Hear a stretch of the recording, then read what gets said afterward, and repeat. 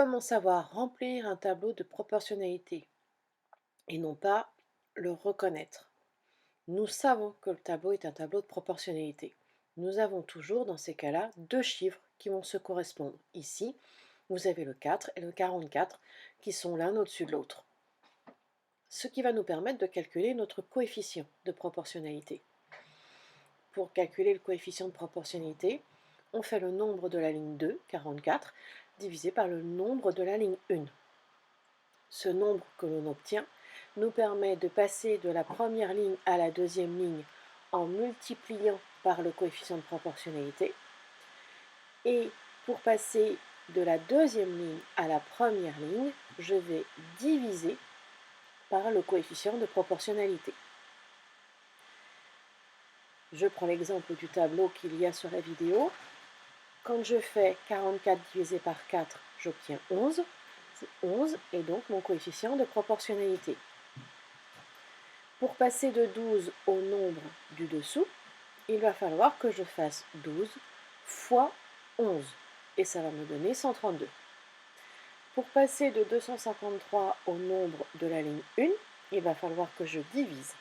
Donc je vais faire 253 divisé par 11 et ça va me donner 23. Les nombres manquants sont donc 132 et 23. Point de vue rédaction, je peux me contenter d'écrire la recherche du coefficient de proportionnalité en faisant 44 divisé par 11, en écrivant combien cela me donne. Puis après, je reviens au tableau en mettant des petites bulles. N'oubliez surtout pas de mettre les flèches pour indiquer dans quel sens on multiplie et dans quel sens on divise. Il y a un énorme danger dans ce genre d'exercice, c'est lorsque vous allez faire votre calcul, nombre de la ligne 2 divisé par le nombre de la ligne 1. Il faut faire très attention à obtenir une écriture décimale, un nombre qui se termine après la virgule. Si le nombre va à l'infini, vous ne pouvez pas utiliser ce coefficient de proportionnalité.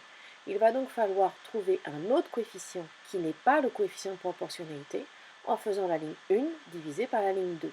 Dans ces cas-là, pour passer de la ligne 1 à la ligne 2, je vais diviser avec le coefficient, et pour passer de la ligne 2 à la ligne 1, je vais multiplier.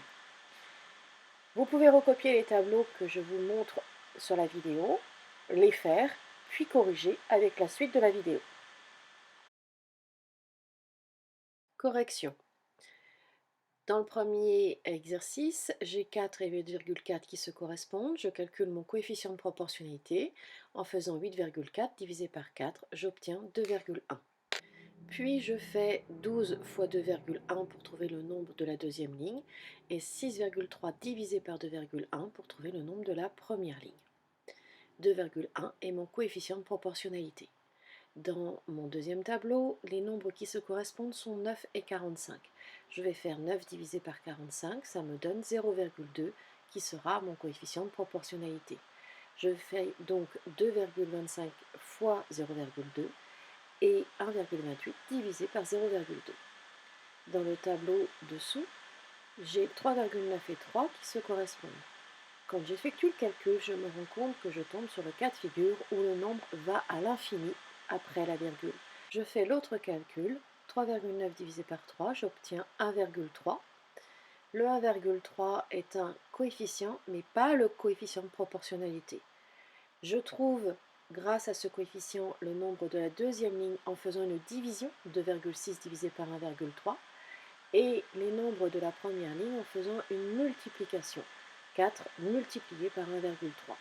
1,3 n'est pas le coefficient de proportionnalité, c'est juste un coefficient du tableau.